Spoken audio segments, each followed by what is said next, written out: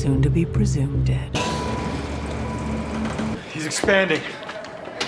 What? He's The director's playbook.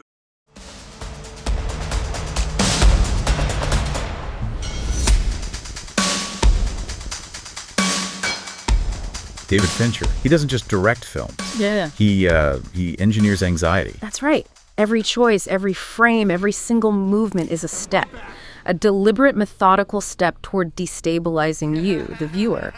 We're not just watching a story unfold. We're actually entering this meticulously constructed machine, a machine that's really designed for dread. And that's the crucial distinction, isn't it? The core tension in his style, it's this imposition of absolute control. You see it in the technical framework, the camera, the lights, the set. And he uses that rigidity, that control, to generate this overwhelming feeling of inevitable dread in the audience. Give me the paychecks like I asked, and you won't ever see me again. And right then, at our most... So it's a world that feels dark, unstable, but also somehow normal. Exactly, a dark, unstable normalcy. Everything appears clean, precise, yet it's profoundly suffocating. Fincher himself said his goal is for everything to be imperfect. But imperfect how? In exactly the right way. That's the key. Calculated imperfection.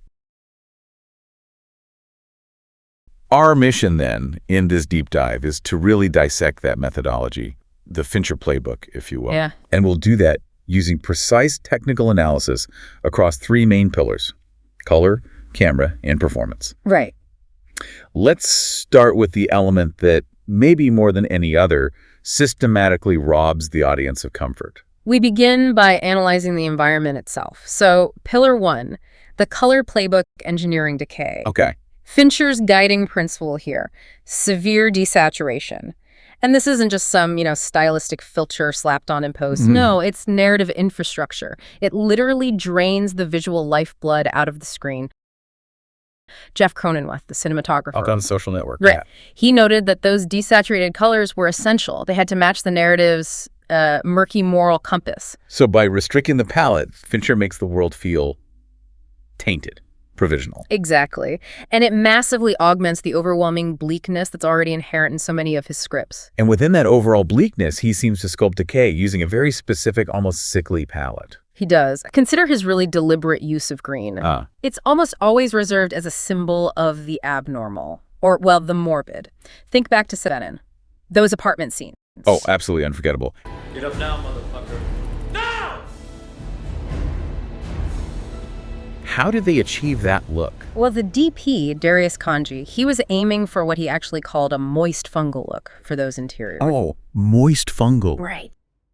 And he got that effect by applying cool green gels directly onto daylight balanced lights. This deliberate manipulation, it just gave those locations this sickly, almost deathly power. So the green tells you instantly, viscerally, this place is wrong.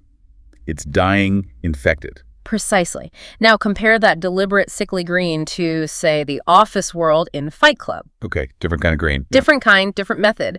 That forced, unnatural greenish tone wasn't done with gels. It came from using uncorrected chromafluorescence. Which, for the listener, basically means those awful, buzzing, greenish office light tubes we all know and hate. That's exactly it. By deliberately not correcting that color, Fincher presents this immediate, aggressive, highly unfriendly work environment for the narrator. It isolates him. Psychologically isolating him from the warmer, maybe more comfortable, though obviously violent underground world he's seeking out. Yes.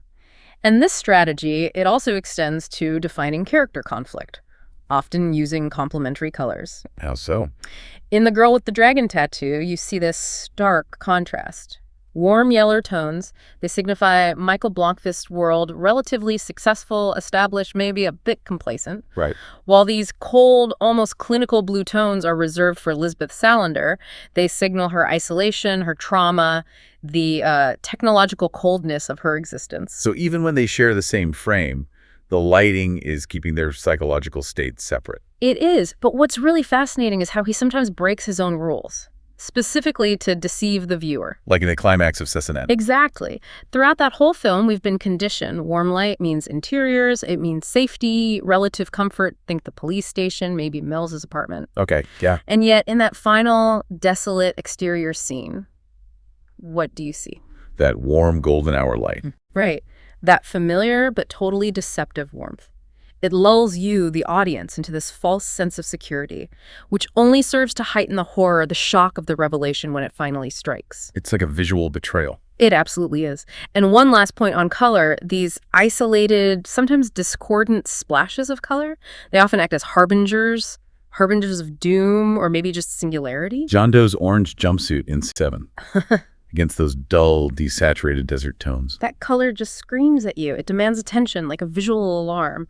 Or, conversely, think about Benjamin Button, the color red. It's reserved almost exclusively for Daisy, isn't it? Almost entirely. It visually communicates her singular, pivotal importance in his life across decades. So boiling it down, the play call for color is disciplined. Extremely. You have to anchor your audience in a kind of sickly realism.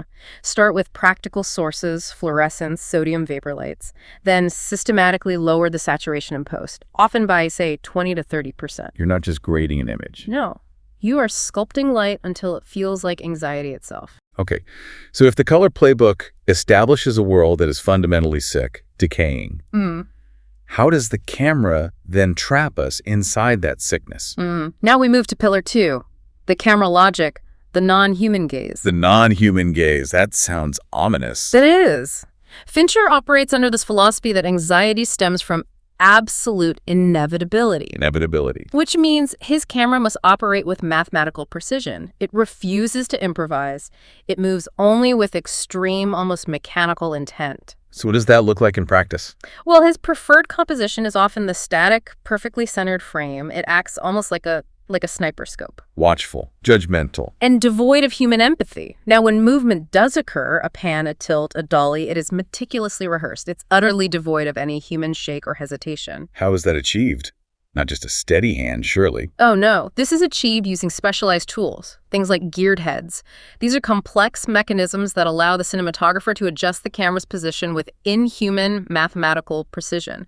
It creates the sense of an omniscient, maybe even soulless observer. And there's that specific technique, the velocity match. Yes, that's the technical detail that truly locks us in. This is where the camera perfectly matches the speed and the direction of a moving character. It eliminates any kind of spatial distance between you, the viewer, and the subject. The result being what Fincher calls behavior over time. Exactly. Because the camera is in absolute lockstep with the body, you feel every tiny movement, every lurch, every slow stand-up, every nervous shift in posture. You become physically and psychologically bonded to that character's internal state. And this precision, it's sustained through technology. Absolutely. Technical superiority is key. Fincher was an early and very aggressive adopter of high-resolution digital cameras, specifically the RED cameras. Why was that so important? Because it allowed for essential post-production refinements, things like digital stabilization, minute reframing. It ensured every planned movement was flawlessly smooth. It eliminated any potential human imperfection, any tremor. Technology as another means of exerting complete control. Percent. But isn't there a risk here? If everything is so perfect, so precise, doesn't the filmmaking risk feeling cold, distant? That's a great point, and it leads directly to the power of withholding. This addresses exactly that risk. Withholding information. Yes. Fincher deliberately avoids the crutch of easy insert shots. He refuses to place the camera in the most ideal, easy-to-read position for the audience. He intentionally makes it difficult for you to gather the full picture easily. Forcing you to process the scene entirely within the confines of the master shot. Exactly. He calls this risky strategy playing without a net. And that difficulty, that struggle to process the information, that's what creates that churning narrative tension. It pulls you in rather than pushes you away. What do you mean? You don't know? Welcome. Please put your stuff down. You're going. So the play call for camera. Be rigid. Lock the camera down. Use a tripod. Block your actors into the frame. Don't have the camera chase them around. And cinematic movement must be used strictly as psychological punctuation. One movement per emotional shift. That's the rule. Which brings us, inevitably perhaps, to the final pillar, and maybe the most infamous one, Pillar 3. The performance play engineering restraint. I like guys who are precise, and you admit one. I guess I just meant I like the idea of it, the way a girl likes cowboys. Okay. Should we get something to eat? Would you like to talk about something else? No. It's just since the beginning of the conversation about Finals Club, I think I may have missed a birthday. This is where we see the human cost of the Fincher machine. Right.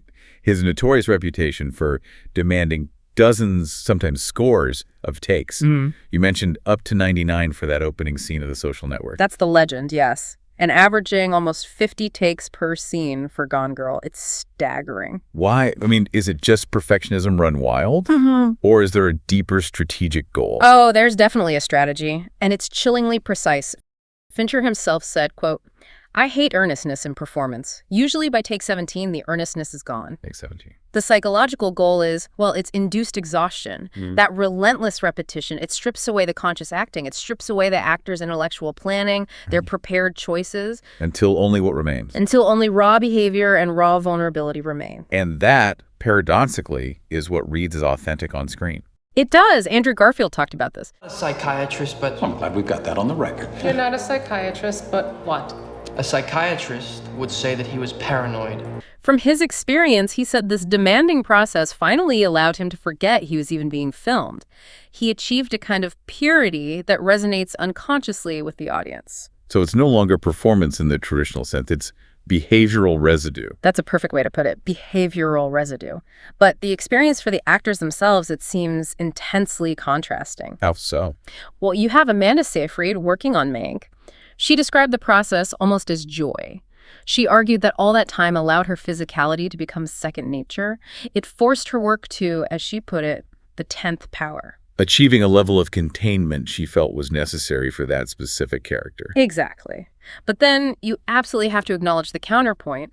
Jake Gyllenhaal, working on Zodiac. He found it arduous and exhausting. Yes.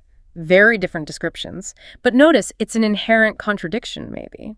Both actors are experiencing extremes, this kind of joyful liberation through sheer exhaustion or just pure physical misery. But both outcomes serve the same directorial goal. He even stole his symbol. What? Yeah, shit. If I show you something, you promise not to tell anyone? Who would I tell? Okay, totally solid point. Utter control over the performance. Precisely. Because regardless of the actor's personal journey to get there, Fincher directs suppressed emotion. He demands small, limited movements, often a flat, very internal delivery. The tension gets trapped, intentionally trapped within the actors, forced into this state of contained energy. And the audience is then compelled, almost forced, to feel that suppressed release for them. The dread doesn't come from screaming or overt emoting. It comes from their chilling silence, their containment. So the play call for performance, then, it requires almost an intentional exaggeration of restraint. Yes. Rehearse the scene until the actor's delivery feels almost too flat, too subdued.